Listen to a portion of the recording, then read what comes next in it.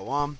Before I start, I want to give all honors and glories and praises to Yahweh, Bahashem, Yahweh Bahashem, Waha, Waka, Kodash, Yahweh, which is the one true name of the Heavenly Father, Yahweh who the world ignorantly calls Jesus Christ, but his one true name is Yahweh. Double honors to the elders and the apostles of Great Millstone who will well and teach well, because those are the men who I learned this truth from through the spirit and power of Yahweh Bahashem Yahweh. Peace, blessings, salutations to the hopeful elect, and shalom to you sincere brothers scattered abroad, pushing forth this word in truth and sincerity. I am the brother Mashiach Irazakah from the Servants of Yahweh Yahweh Shai Camp, Las Vegas, Nevada branch. And pretty much in this lesson is going to be titled as Jacob versus Esau, because the Lord, he's dealing with Jacob, but he hates Esau. The Lord loves Jacob, but he hates Esau. So this lesson is going to be Jacob versus Esau. And we're going to show you that the Lord is not dealing with everybody. Okay, the Lord is only dealing with the Israelites, which consists of you so-called Negroes, Hispanics, and Native American Indians. From number 2 on down, the Lord is not dealing with these people here. The Lord is only dealing with the Israelites, which are scattered among these 17 heathen nations, number 2 on down to verse 8 to number 18. The Lord ain't dealing with them. The Lord is only dealing with Israel. And Israel consists of you so-called Negroes, Hispanics, and Native American Indians. So let's get to it. Now, the first scripture I'm going to get out, Lord willing, this lesson is edifying, is 2nd Esdras 6 and 9. This is 2nd Esdras 6 and 9. It says, actually, we can start up at verse 6. It says, then did I consider these things, and they all were made through me alone, and through none other. It says, by me also they shall be ended, right? It says, by none other. Verse 7. Then answered I and said, what shall be the pardoning asunder of the times? Or when shall be the end of the first, and the beginning of it that followeth? Verse 8. And he said unto me, from Abraham unto Isaac, when Jacob and Esau were born of him. It says, Jacob's hand held first the heel of Esau. Because right now, you have Esau, just as an example, he's ruling right now. But his kingdom is coming to an end. Okay? And Jacob is the beginning of it that followeth. So right now, we're in Esau's rulership. Right? Esau is ruling right now. But his kingdom is coming to an end. So the end of the world is the end of Esau's kingdom. The end of Esau's rulership. Right? Verse 9, it says, for Esau is the end of the world, which is his rulership, his kingdom. It's coming to an end. It says, and Jacob is the beginning of it that followeth. And once Esau's rulership has ended, Jacob is going to rule next, which is Israel. And that kingdom is going to be an everlasting kingdom. There's going to be no end to that kingdom, which is going to be of the elect of the nation of Israel. We have a kingdom that's going to be everlasting. But Esau's kingdom is coming to an end. This is Romans 9, and I'll start at verse 11. It says, for the children being not yet born, neither having done any good or evil, it says that the purpose of Yahweh according to the election might stand, not of works, but of him that calleth. Verse 12, it says, it was said unto her, the elder shall serve the younger. And who was the elder? The one that was born first. Esau was. Esau was born first, and then Jacob came after.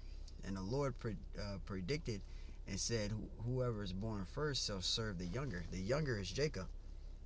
It says, then said unto her, the elder shall serve the younger. See, the elder, the child that was born first, was Esau. And then Jacob came after, grabbing onto his heel. All right? It says, and it was said unto her, the elder shall serve the younger. Verse 13, as it is written, Jacob have I loved, and Esau have I hated. So the Lord loves Jacob, and the Lord hates Esau. He doesn't love him. The Lord hates him. This is Genesis 25, and we're going to start at verse 23. Salakia on that. This is Genesis 25 and 23. It says, and the Lord said unto her, unto Rebekah. Okay. It says, and the Lord said unto her, two nations are in thy womb. So she was pregnant with twins. Yes, Esau and Jacob, they were twin brothers, but they were two different nations. They were not the same nation. They were two different nations. So she had twins, but they were two different nations. Two different nations was in her womb. Verse 23, it says, and the Lord said unto her, two nations are in thy womb. So yet they were twin brothers, they were two different nations, right? It says two manner of people shall be separated from thy bowls, and the one people shall be stronger than the other people, and the elder shall serve the younger. You see that? And let's see who that elder was, the child that was born first. Verse 24, and when her days to be delivered were fulfilled, behold, there were twins in her womb. See, so she did have twins, but they were two different nations in her womb. Verse 25, it says, and the first came out red all over like a hairy garment, and they called his name Esau. So it said the elder shall serve the younger, right? Who was the elder that was born? Esau. He was born first, right? It says, and the first came out red all over like a hairy garment, and they called his name Esau. Esau is the so-called white man today. That's the nation of Esau, the nation of Edom, Esau, right? They're the descendants of Amalek, the first grandson of Esau. They descend from Esau. So Esau is the so-called white man today. They're different shades of red. Okay, there's no such thing as white people or black people. You so-called Negroes, Hispanics, and Native American Indians are different shades of brown, and you so-called white people are different shades of red. Edom means red, okay, which goes to the Hebrew word, I think it's Adawam, right? Adawam in the Hebrew, which means Edom, red, okay, because that word Edom means red. You guys are different shades of red. You don't have no melanin. You don't have no pigmentation. You don't have no melanin. You guys don't have melanin, right? And it says, verse 25, and the first came out red all over like a hairy garment, and they called his name Esau. Verse 26, right? And it says, and after that came out his brother, and his hand took hold of Esau's heel, and his name was called Jacob. So notice, it gave you a description of Esau, but it didn't give you a description of Jacob, because Jacob, he was a melanated man. He was a dark-skinned man. He was a so-called Negro man. He was a dark-skinned man. He had melanin. Okay, he was a melanated, dark-skinned Jake. But Esau, he wasn't dark-skinned. He was different shades of red. He was pale, as you want to call it. Verse 26, it says, and after that came out his, it says, and after that came out, it's like it, after that came his brother out, and his hand took hold of on Esau's heel, and his name was called Jacob, and Isaac was 300 years old, it's like a 80 years old when she bare them. So there you go. It gave you a description between Esau and Jacob. Let's read verse 27. And the boys grew, so they got older, right? And Esau was a cunning hunter. And who is that cunning hunter right now? The so-called white man, right? It says a man of the field, because Esau's always going hunting. You see him going deer hunting. You always see him killing animals. He kills lions, tigers, elephants. He takes the tusks and sell the tusks. He kills goats, right? He kills hippos. He kills all these wild animals, right? He kills tigers, cheetahs, right? Takes the fur, etc. He's that cunning hunter. That's Esau, the so-called white man. And it says Jacob was a plain man dwelling in tents. And you can tell the difference between Esau and Jacob, because we're Jake. We like to kick back and relax in the house, man. We like to be in the house, kicking back, chilling, having fun, you know. But you got Esau, they be out there consistently in the field doing stuff, killing stuff, and always doing something. That's Esau for you. They always out there. They love going hunting. They love killing deer. They love doing stuff. That's the difference between Jacob and Esau, man. This is Amos. I got another precept. This is Amos 9 and 11, right? Amos 9 and 11. And we're going to read down to verse 12. Amos 9 and 11. It says, in that day will I rise up the tabernacle of David that is fallen. You see that? and close up the breaches thereof, and I will rise up his ruins, and I will build it as in the days of old. And this is a prophecy which is coming for the Israelites. The house of David is being built. The third temple is being built spiritually right now. As I'm speaking, we're in our third temple. The third temple is pretty much the Israelites. We're the third temple. We're that church. The third temple is being built spiritually right now. All right? Our body is the temple. We're the third temple, the Israelites. We're being built right now, spiritually. Verse 12, just using as an example. Verse 12, it says, they may possess the remnant of Edom. You see that? The elect. This is a future prophecy. The elect is going to possess Edom, right? It says they may possess the remnant of Edom, right? And of all the heathen. You see that? The Israelites are. Because the kingdom of heaven is going to be established on the earth, and the elect of the nation of Israel is going to be ruling. So you 17 heathen nations are going back into slavery, man. Right? Mainly Esau.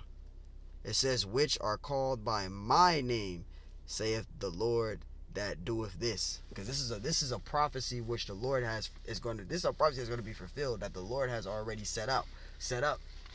This is going to come, and this is the judgment that's coming for you Edomites. You guys are going into slavery, man. And we waiting on that patiently, as the scriptures say.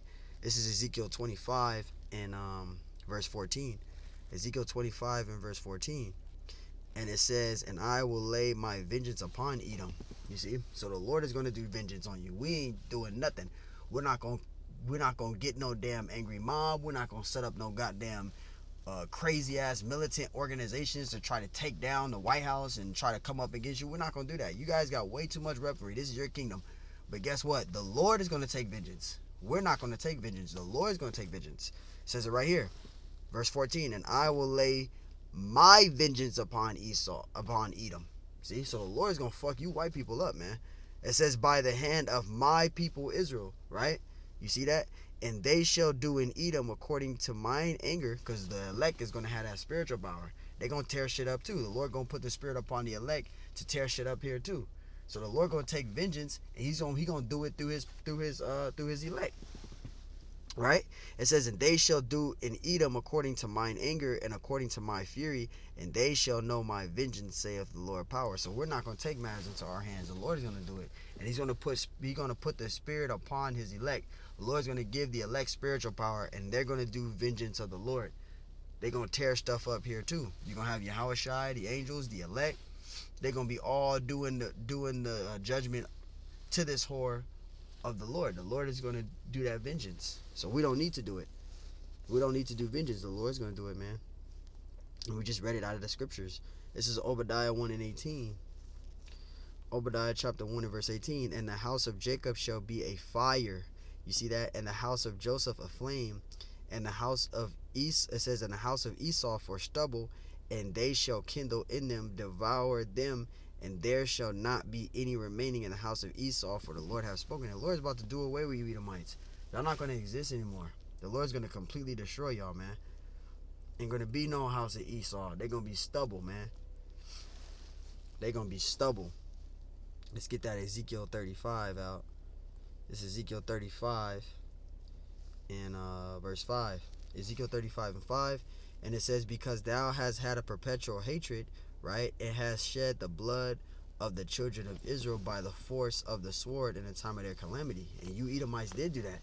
You guys took peace from the earth, right? The scriptures mention that in Revelation 6 and 4. You guys took peace from the earth. So now that you did all the raping, robbing, and murdering, all the destruction, all the bloodshed, all the pain, right? All the destruction, now you're going to get it back to you. It's due. Isaiah 14 verse 20 all the way to 22.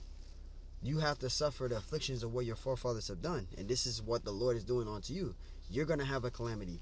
It says, in the time of their iniquity had it in. You see that? So the Lord is going to cast his judgment on you. The Lord has a judgment coming for you, and it's due. Right? This is why your kingdom is falling apart. Just giving an example. Let's wrap this up with this. Malachi 1 and 2. It says, I have loved you, saith the Lord. Yet ye say, wherein hast thou loved us?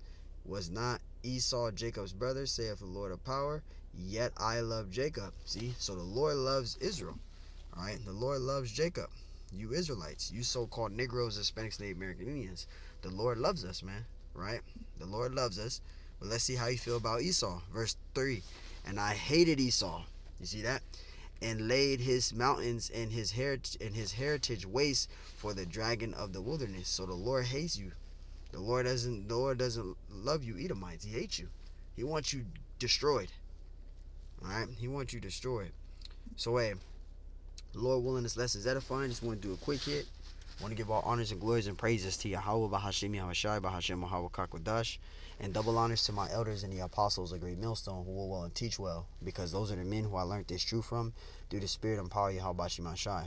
Peace, blessings, salutations to the hopeful elect, and shalom to you, sincere brothers scattered abroad, pushing forth this word in truth and sincerity. I am the brother Mashiach Arazakah from the servants of Yahweh Yahweh Shai Camp, Las Vegas, Nevada branch. And Lord willing, this lesson was edifying. Till the next time I say, Shalom.